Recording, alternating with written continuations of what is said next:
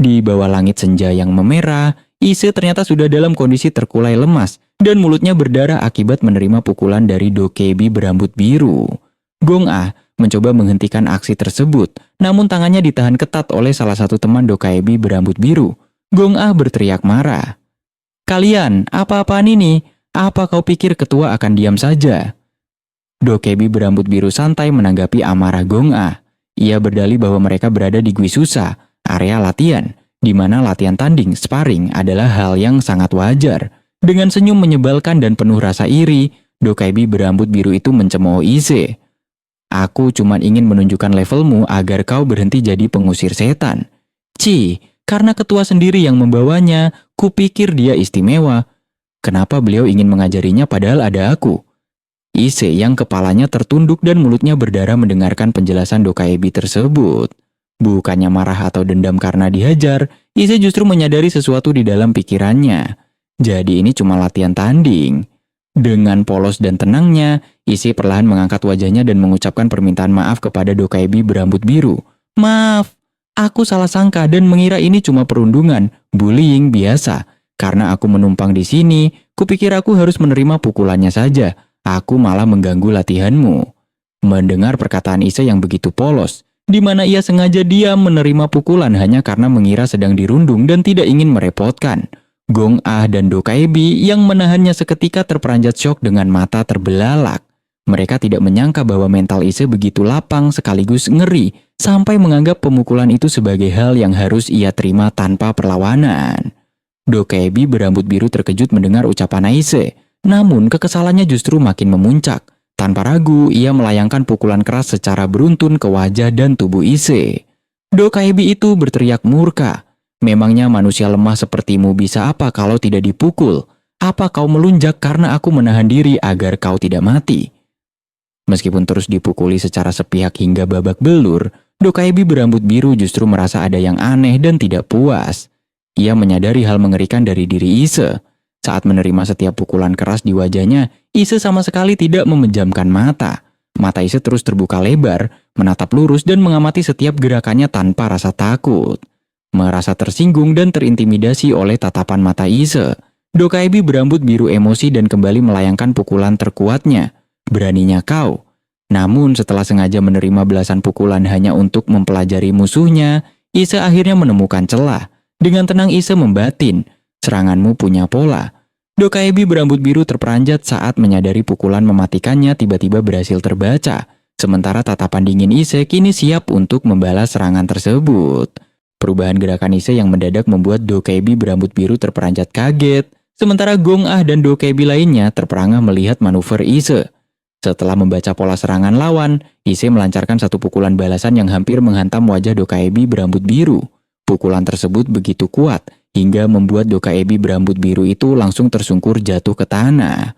Usai melancarkan pukulan tersebut, Ise menghela napas panjang dan bergumam pelan sembari menyapu darah dari bibirnya. Ise menyadari perkataan Mong Rayon sebelumnya sangatlah benar, bahwa fisik yang belum terlatih dan perut yang kekenyangan membatasi staminanya, sehingga pertarungan tersebut terasa sangat singkat baginya. Ise melangkah mendekati Dokebi berambut biru, Gong Il Cui, yang masih terduduk syok akibat balasan tak terduga tadi. Dengan tatapan mata yang mendalam dan tajam, Ise mengulurkan tangannya untuk membantu Il Cui bangkit seraya berkata, "Namamu Gong Il Cui, kan? Meskipun aku terlihat lemah, aku harap kau tidak menahan diri. Yogui tidak akan menahan diri terhadap lawannya. Kemenangan, ayo kita tanding lagi lain kali." Ise berhasil menunjukkan integritas dan mentalitasnya sebagai seorang calon pemburu iblis sejati, mengubah persepsi para Dokebi yang tadinya meremehkannya. Saat malam tiba di kuil, Mong Rayon mendatangi Ise yang penampilannya sudah lebam dan berantakan sejak hari pertamanya. Mong Rayon menyebutkan bahwa ia mendengar kabar dari Gong Ah kalau Ise dirundung oleh kelompok Il Cui. Ise berdalih bahwa itu hanya latihan tanding biasa. Namun Mong Rayon tidak percaya karena luka Ise terlalu parah. Mong Rayon pun mengeluar sihir penyembuh berfase hijau untuk mengobati luka-luka Ise. Ise mengenali sihir penyembuh tersebut, sihir yang sama yang digunakan Mong Rayon saat menyembuhkan luka bakarnya sebelumnya. Mong Rayon menasihati bahwa wajar bagi anak-anak tumbuh besar sambil berkelahi, namun meminta Ise menemuinya jika keadaan memburuk. Ia juga bertanya apakah Ise sempat memukul Il Cui balik. Dengan sopan dan rendah hati, Ise berbohong demi menjaga kedamaian. Anda tidak perlu khawatir, Ilcui tidak terkena satu pukulan pun. Aku tahu aku tidak boleh merepotkan orang lain saat aku sendiri sedang menumpang di sini. Sikap Ise yang selalu menahan diri dan enggan merepotkan justru menyulut emosi Mong Ryon. Tanpa ragu, Mong Ryon langsung mencengkeram wajah garis miring kepala Ise dengan sihir penyembuhnya hingga tubuh Ise terangkat ke udara. Ise yang terkejut hanya bisa memanggil, "Ketua." Dengan ekspresi wajah jengkel namun penuh perhatian khas seorang master, Mong Ryon menegaskan alasan kemerahannya. "Kenapa memanggilku? Aku sedang mengobati wajah si brengsek yang menyebalkan ini. Sepertinya aku telah membuatmu merasa tidak nyaman." Mong Ryon merasa bersalah karena telah membuat Ise merasa canggung dan segan di tempat barunya, memperlihatkan betapa ia sangat peduli dan protektif terhadap murid barunya tersebut. Mong Ryon mengangkat Ise dan menasihatinya agar berhenti merasa hanya sekadar menumpang. Mong Ryon mengingatkan bahwa ia sudah memperkenalkan Ise secara resmi sebagai keluarga baru di hadapan seluruh Dokaebi. Ia meminta Ise menanamkan hal itu baik-baik di hatinya. Ise memperjelas alasannya menerima pukulan tersebut, bukan karena merasa rendah diri sebagai penumpang, melainkan karena ia menyadari pertarungan tandingnya dengan Ilcui sangat serius. Ise mengakui dengan jujur bahwa meskipun ia berusaha membalas, serangan fisik murninya saat itu tidak berhasil mengenai Ilcui sama sekali. Ise kemudian bertanya kepada Mong Ryon, "Berlatih tanding dengan orang dewasa. Jadi, apakah Ilcui bisa berburu siluman?" Mong Ryon memberikan jawaban mengejutkan. Jika anak itu pergi berburu siluman, dia pasti akan mati.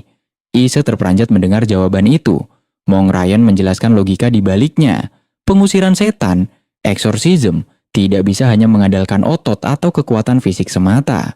Mong Ryon mencontohkan keberhasilan Ise saat membunuh siluman tingkat rendah. Wadu Seo Saeng dulu. Ise bisa menang bukan karena fisiknya yang kuat, melainkan karena memanfaatkan kelemahannya dengan garam. Mong Ryon menguraikan kelemahan masing-masing pihak. Ilcui sangat kurang dalam munsik, pengetahuan informasi. Tanpa tahu kelemahan musuh, mengandalkan kekuatan fisik saja melawan siluman kuat hanya akan mengantarkannya pada kematian. Ise sangat kurang dalam muwi, ilmu bela diri atau keterampilan bertarung. Jika tidak mengandalkan keberuntungan atau taktik cerdik, fisik Ise yang lemah akan membuatnya mudah terbunuh. Sambil mengacungkan dua jarinya di depan wajah Ise, Mong Ryon merangkum pelajaran berharganya. Munsik dan Muwi. Seseorang harus memiliki Munmu, keseimbangan sastra pengetahuan dan ilmu bela diri, untuk bisa terus bertahan melakukan pengusiran setan. Ini menjadi fondasi dasar latihan dan ilmu yang akan dipelajari Ise di bawah bimbingan Mong Ryon. Mong Ryon memberikan pengumuman penting kepada Ise. "Mulai sekarang, aku akan memberimu tugas pertama untuk melakukan pengusiran setan." Pagi hari di kuil, Ise langsung memulai latihan fisiknya, Muwi, dengan penuh kedisiplinan. Terlihat Ise berlari mengitari halaman kuil hingga mandi keringat. Lalu dilanjutkan dengan melakukan push-up secara intensif untuk memperkuat otot-otot tubuhnya.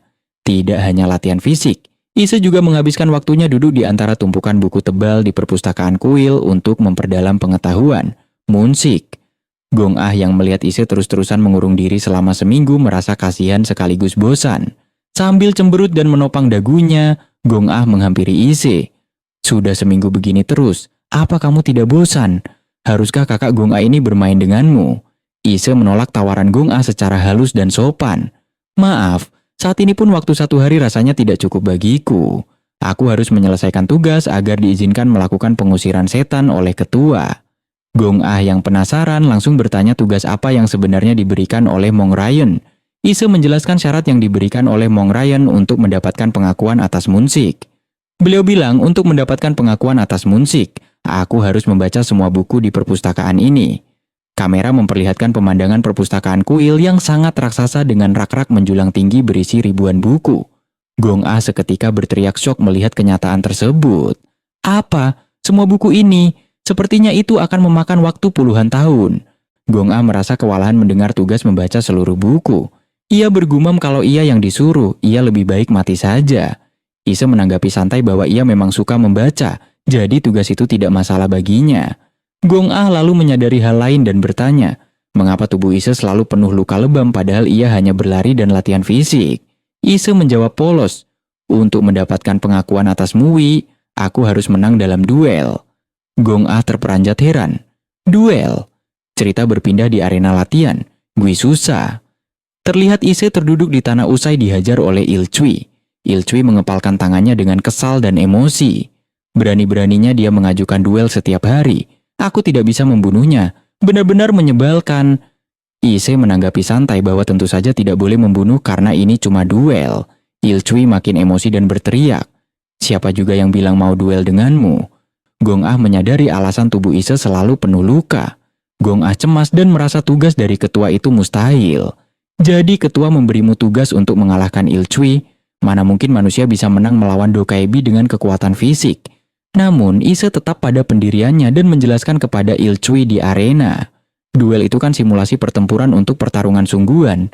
Siluman tidak akan melepaskanmu hanya karena kamu bilang tidak mau bertarung. Kata-kata Ise yang terus menantangnya membuat kesabaran Ilcui habis. Ilcui menghentakkan kakinya keras-keras ke lantai batu hingga hancur berkeping-keping. Dengan aura kegelapan dan mata yang menyala tajam, Ilcui mengancam Ise secara serius.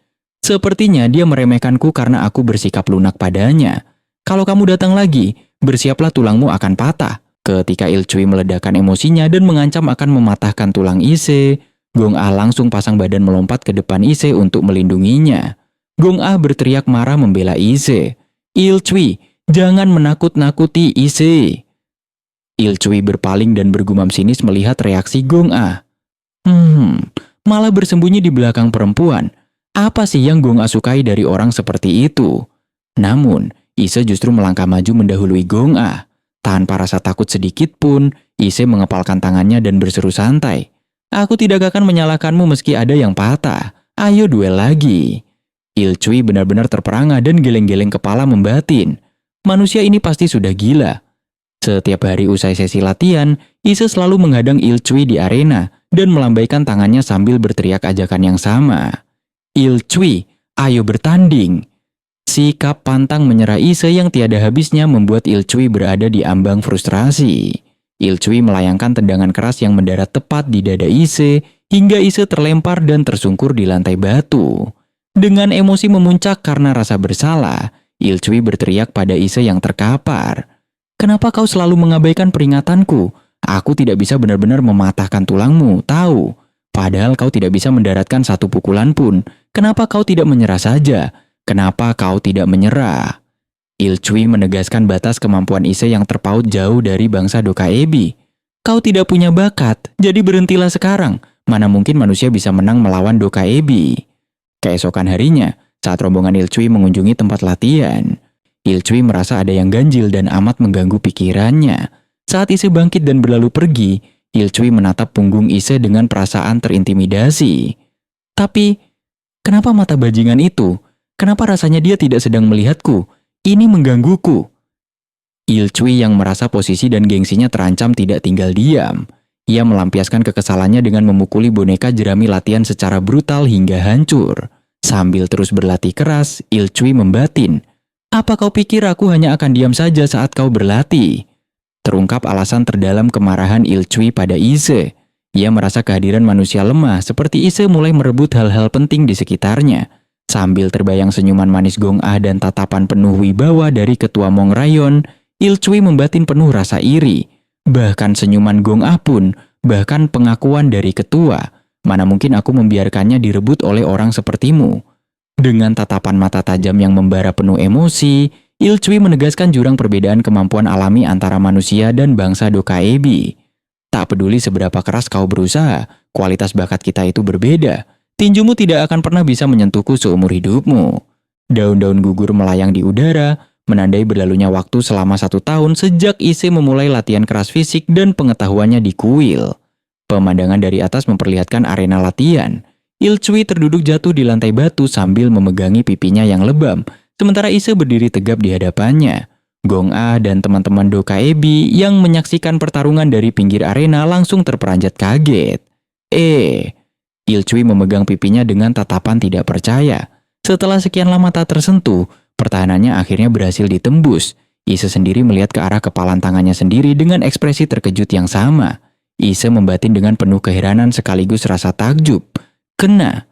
Setelah 1 tahun penuh ditolak, dihajar dan berlatih tanpa kenal menyerah, tinju Ise akhirnya berhasil mengenai wajah Ilcui untuk pertama kalinya.